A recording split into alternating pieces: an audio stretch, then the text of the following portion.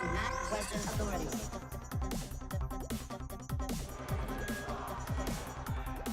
This is the currency of the resistance.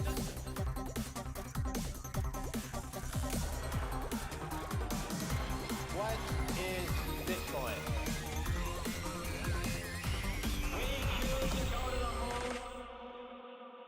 Chancellor on brink of second bailout for banks.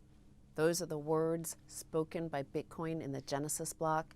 Those are the first words of To the Moon with Max and Stacy. Right. This is the historic headline that was in the Times of London, which was coded into the Genesis block that, of course, appeared on January 3rd, 2009. Is it a reference to the purpose of Bitcoin to disrupt the banking system, or was it just a random headline to try to date when the Genesis block was born? One of the mysteries of Bitcoin that we still debate today. Was that the beginning of the story, January 3rd, 2009, or was it October 31st, 2008, when the Satoshi white paper was published, a peer-to-peer electronic cash system? Was that the beginning? Was it the cypherpunks 20, 30 years previously? When did Bitcoin really begin? I think it really began on January 3rd, 2009, because that's when they pushed the code into the production environment, onto the internet. And that's when we got a first look to see whether or not this thing was going to work. This was the moment. This is the Genesis block, and it's called the Genesis block for a reason. What is Bitcoin? Bitcoin is magic internet money. Bitcoin is a new type of digital currency. Bitcoin is decentralized digital scarcity. To me, Bitcoin is unconfiscatable and censorship-resistant value transfer. Bitcoin is civil disobedience. Fundamentally, I believe it's just a new way of coming to consensus about things. To me, it's a game changer in the human history. Bitcoin is a peer-to-peer system for value transfer. To many people, it's money. And to me, it is a source of optimism because I can control my own financial destiny and not be beholden to a financial system that has proven itself to be unstable and unfair. Every single person we ask, what is Bitcoin, has a different answer. For Satoshi Nakamoto, it seems that his choice of those first words embedded in the Genesis block had to have a message about what he thought Bitcoin was about. Not that his point of view is any more important or relevant than any other person's point of view involved in Bitcoin. A really important stage in Bitcoin's history was a group of people who tried to take over Bitcoin and tried to dilute Bitcoin of its political intent by saying it's a politically neutral technology. But what Satoshi put inside of the Genesis block was a very clear message that nobody could really argue against, which was a message about the bailing out of the central banks by the governments. They tried to say Satoshi was not a libertarian, but it was very clear from the Genesis block, the very first block in the entire Bitcoin system, that that was what Bitcoin was about, that was who he was. Of course, Satoshi Nakamoto is anonymous, so we don't know who the creator of Bitcoin really is. But his name is interesting because I'm from Japan, so I can understand what that means. So his name Satoshi. Satoshi is to enlighten, and Nakamoto is Naka is inside, and Moto is a book. So inside the book, there is a force that enlightened us. It's difficult to discern exactly what Satoshi was after, but from all of his writings and from his software code, it appears that Satoshi wanted a world where individuals had their own private keys to their own money, and did it in a way that it was censorship resistant. His birthday, for example, has to do with when gold was seized with Executive Order 6102, and when it was re-legalized in 1975. The Genesis block talks about the Chancellor on the brink for these bailouts. So Satoshi, I think, wanted a world where we have personal responsibility, where we have sound money, where things are being operated in accordance with natural law and the laws of economics, not political dogma. Satoshi I think, wanted financial inclusion, access to a peer-to-peer network where nobody can tell you what to do with your money. I wanted to break the chains of financial slavery that have been around for thousands of years. Satoshi wanted a money that is not controlled by a centralized party. A good store of value, a way to preserve wealth over time. A lot of people argue that he was aiming for a better method of payment. And to some degree that might be true, but a large part of what Satoshi wanted from his writings on Bitcoin Talk and so on is a much better gold, a much better store of value. And that's what Bitcoin has been.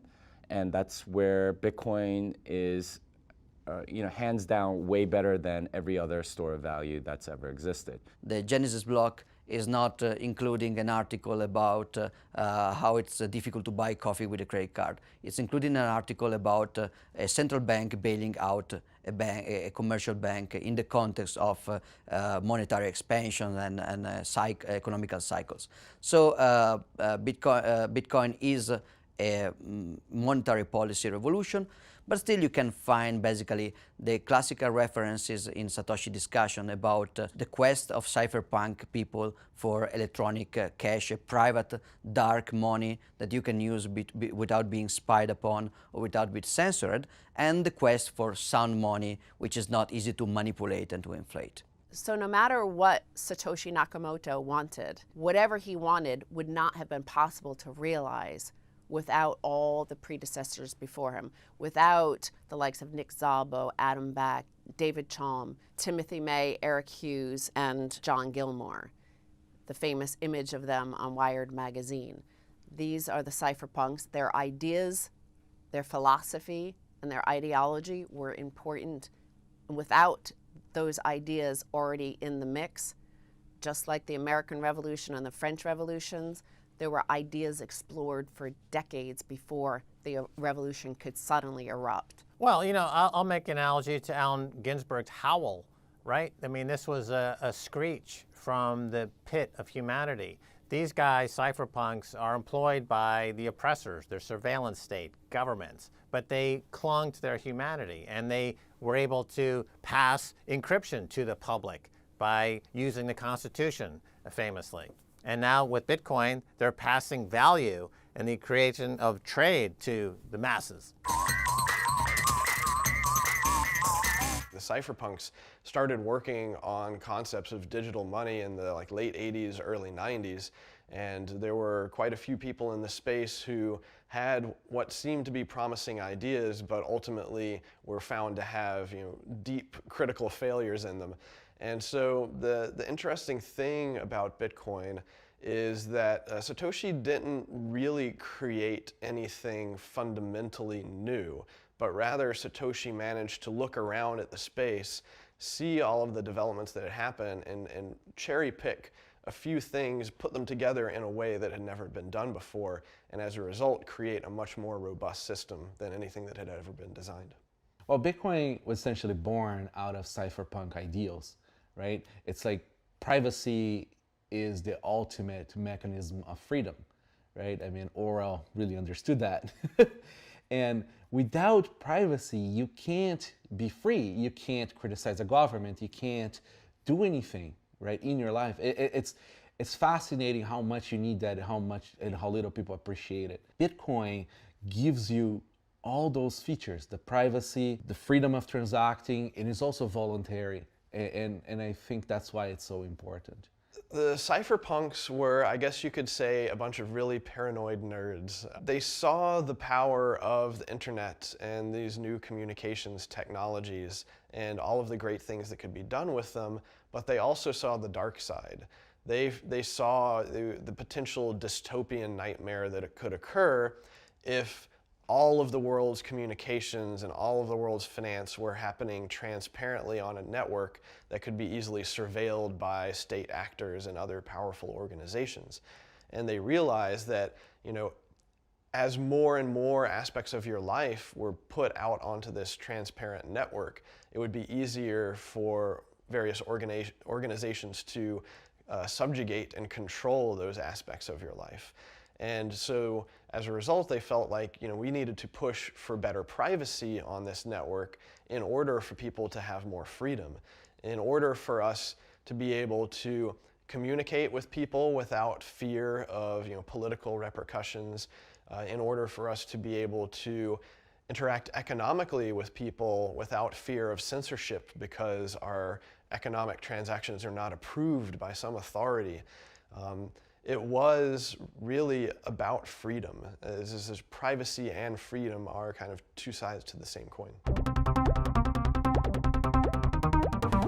A lot of people who really believe in the government's role in growing the pie, or the fallacy of the government's role in growing the pie, don't understand the power and the fact that it really is the Cypherpunk Manifesto that led to the creation of HTTPS, which is your ability to securely enter credit card information on the web, which is what created Amazon and created Uber and all the other services that we take for granted today. And so without the cypherpunk movement driving people to understand that we need that level of self-sovereignty on the internet, we wouldn't be where we are today. And to me, that's not scary. That's something we should all be embracing. And the true meaning of the cypherpunk movement, it's not to overthrow governments. It's about self-sovereignty. When you look at it from the right perspective, things make a lot more sense. This is a very interesting new experiment because we essentially get to take politics and try to turn it into code. We get to try to reach out and find the human consensus for something and build this layer of machine consensus that automates it. So this is software that creates, we now know, the hardest money that's ever been created. So why do we need hard money? And we need it to trade. We need it to trade in a way that promotes harmony. Right. Because right now, all the soft money and the fiat money is producing, trading, creating disharmony or discord or conflict. Right. So and this then, is the great again, unwind. the software, the Bitcoin is open free software. And Cypherpunk's motto is Cypherpunks write code. They don't really trying to change things. So, Adam Back, who is the inventor of Hashcash, who was cited in Satoshi's white paper, he described the cypherpunks as a state of mind, and it's a proactive approach to social changes. And instead of basically petitioning or asking for permission for changes, cypherpunks write code and bring changes. And then what kind of changes they make? They are interested in securing our right to free speech and securing our right to privacy again. So yeah, it's a code that basically embodies these words that were spoken by Thomas Jefferson back in 1776, and now we have a means to actually embody these words into codify them into law, and that's Bitcoin.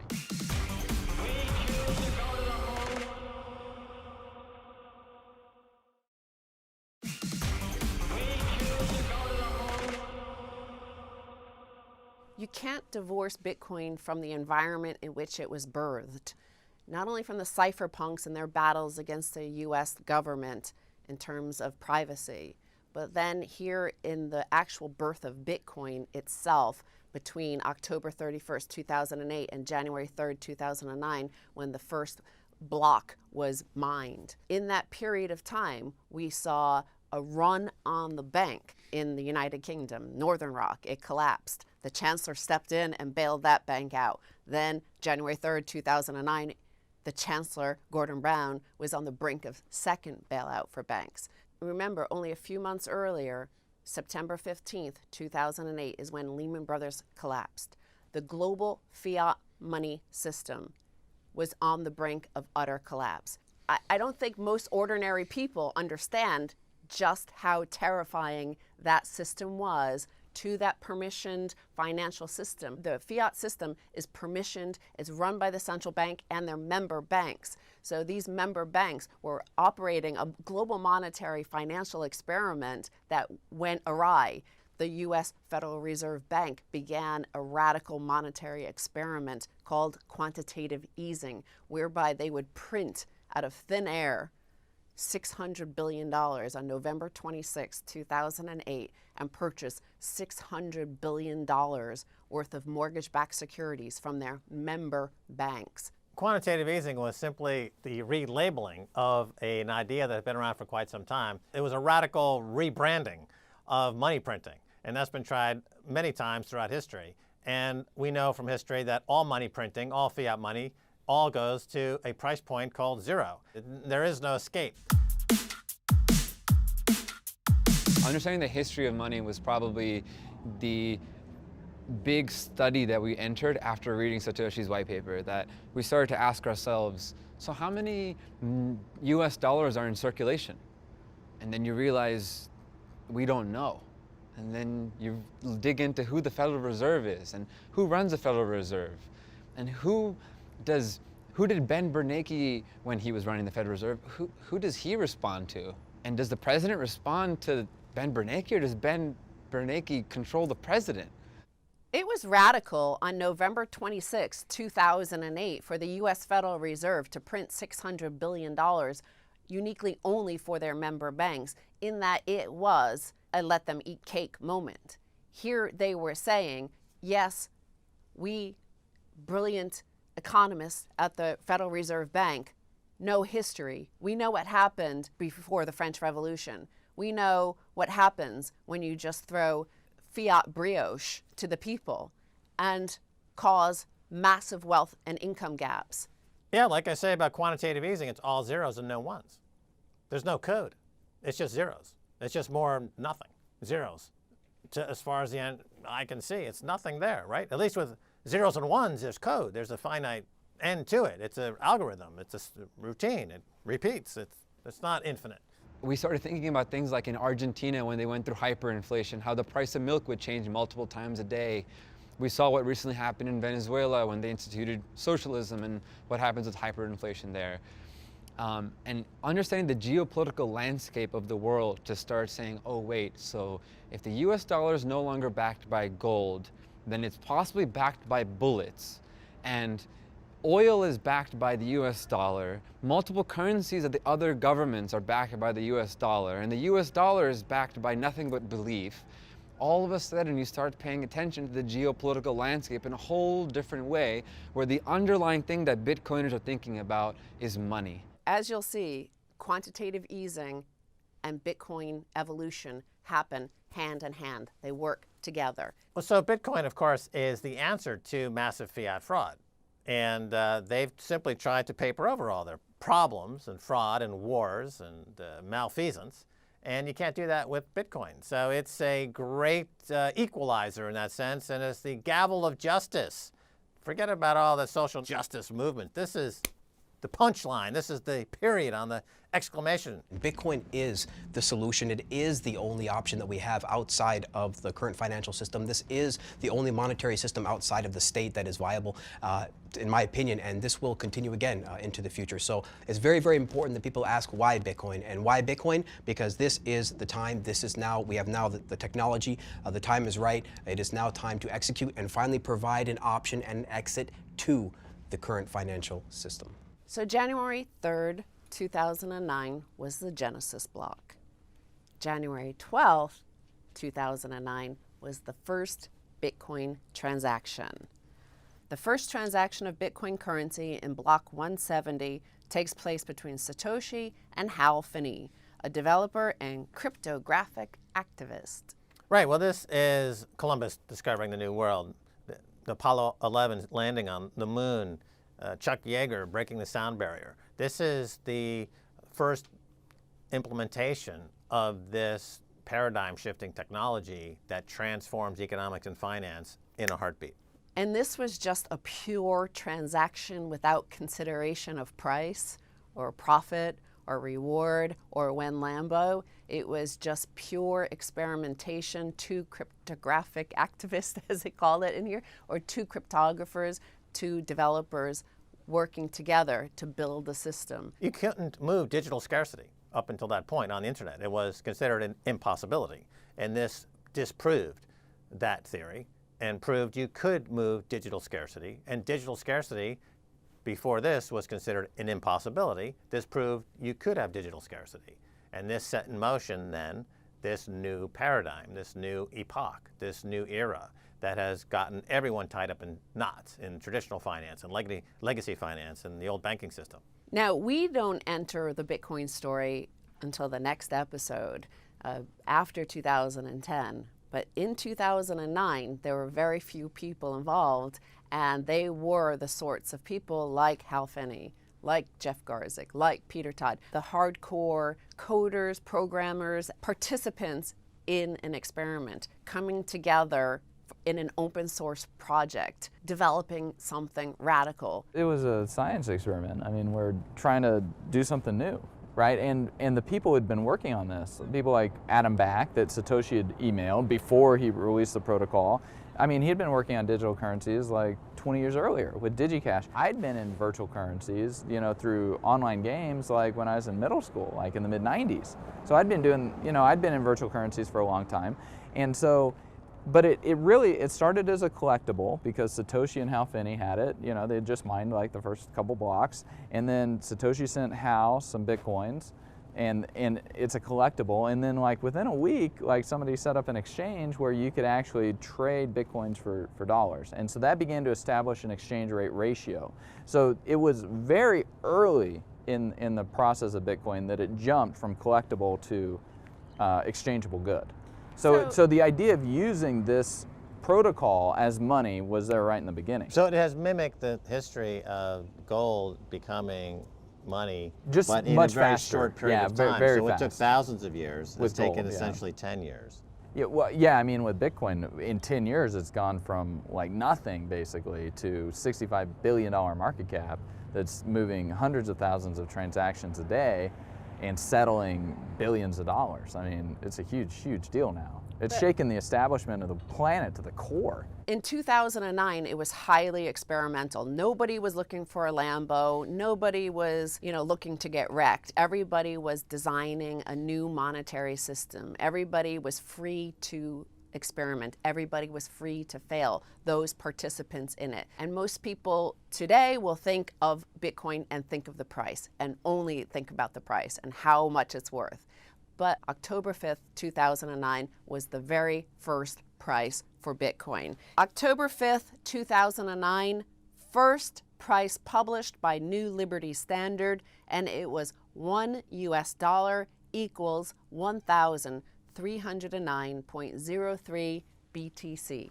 And again, in terms of monetary experiments, by this time, the US Federal Reserve had already printed over $600 billion for their member banks and their permissioned network. The US Treasury had printed another $700 billion in TARP. So in the context of monetary experiments and the monetary system in which we live, that's not even, it still has not hit $1 million market cap Bitcoin at this point, 10 months into it. At that point, it is a germ, one germ, ready to unleash a plague of adoption. It's basically the first sighting of gunpowder on the war field, on the battlefield. You know, it's the first fleck of dust on an avalanche that's ready to explode. You know, this is to the Forex market at this point what a single grain of sand would be to the combined tonnage of sand on the global beaches. Completely and utterly insignificant, except that it contains the code to transform global finance. There is a lot embedded into Bitcoin from many different disciplines, not just the computer science and the thermodynamics, but also in terms of the game theory and the economics. And all of this crafted in a way that it would accomplish a particular type of human action or behavior. And so, while we don't know exactly the purpose in Satoshi's heart, it does seem from the code and from the actions that have taken place that Satoshi was after monetary sovereignty for the individual, very much like our founding fathers were by including the gold clauses in the US Constitution. December 30th, 2009, the difficulty increases. The first difficulty increase occurs at 06:11:04 GMT. It's the invisible hand built into the protocol. And so the entire ecosystem of Bitcoin is contained within the transaction, within the code, within the protocol. And the difficulty adjustment is there to enact game theory. And game theory brings in all the people that Bitcoin needs to continue to survive and thrive. It brings in the users, it brings in the miners, it brings in the speculators, it brings in the coders, it brings in the nodes, it brings all of them in, and we need that to survive, and it happens. So you get these miners trying to compete with each other for more Bitcoin, and thus increasing hash rate, which increases security. They'll never win that race, just like nobody ever wins game theory. That's the point of game theory, but they won't stop trying. So this is the beginning of the hash rate increasing, the difficulty increasing, the competition for scarce resources, i.e. Bitcoin, for scarce Bitcoin to begin, and thus sets in all that follows.